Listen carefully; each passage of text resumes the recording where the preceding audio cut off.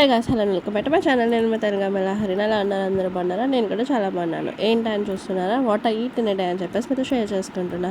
First అయితే వచ్చేసి నేను morning oats with banana and egg ఇంకా హాట్ వాటర్తో పాటు తీసుకుంటాను అనమాట. మధ్యాహ్నానికి తోటకూర కూడా తీసుకున్నాను, చాలా ఫ్రెష్గా ఉంది, చూపిస్తాను అది కూడా మీకు.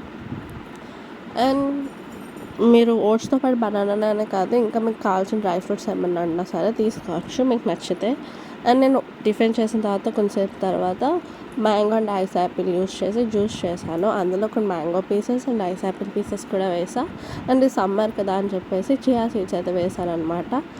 అంటే నార్మల్గా కలిపేస్తే చాలామంది తీసుకోరు, సో అందుకని చెప్పేసి నేను ఇలా అయితే చేశాను అనమాట. సింపుల్గా జ్యూస్ చేసేసాను.